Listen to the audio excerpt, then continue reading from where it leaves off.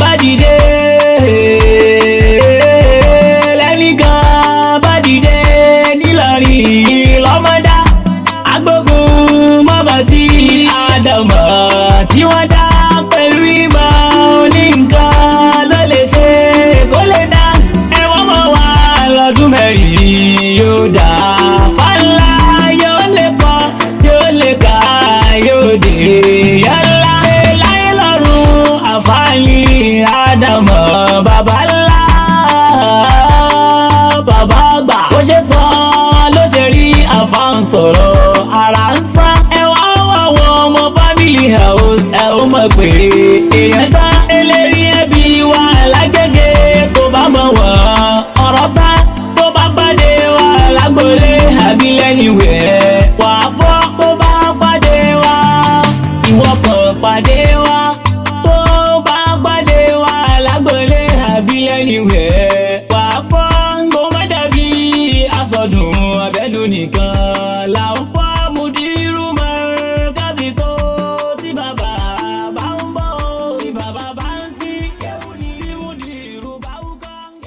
wọ́n bí mi inú kéwù ẹ̀jẹ̀ rẹ̀ ni wọ́n fi bí mi omi ẹ̀ ni wọ́n fi bí mi omi ẹ̀ wọ́n fi tọ́ mi. àfọ̀sẹ́wọ̀ kọ́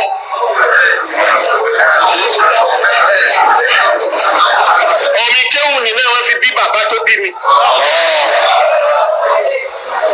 ẹ̀jẹ̀ ni wọ́n fi bí.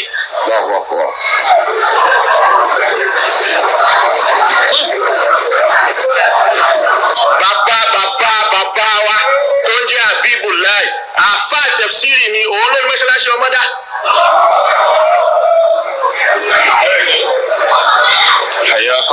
ìyá rẹ̀ ara lé ọlọ́mọdá ni. èyí sì ṣe tafsiri nílẹ̀ agbógun mẹ́tì ni.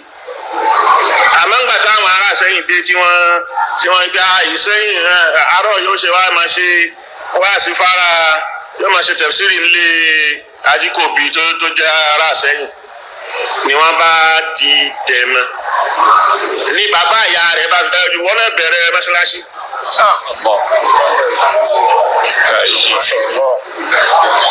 ìyẹn Habibu tó bí Abdulbaki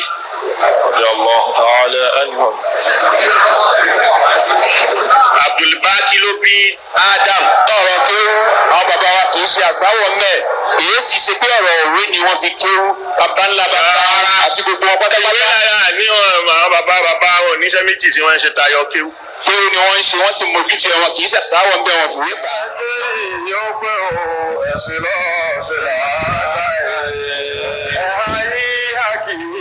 ṣọ́ra ẹ̀mẹ́sìn òyì ṣe o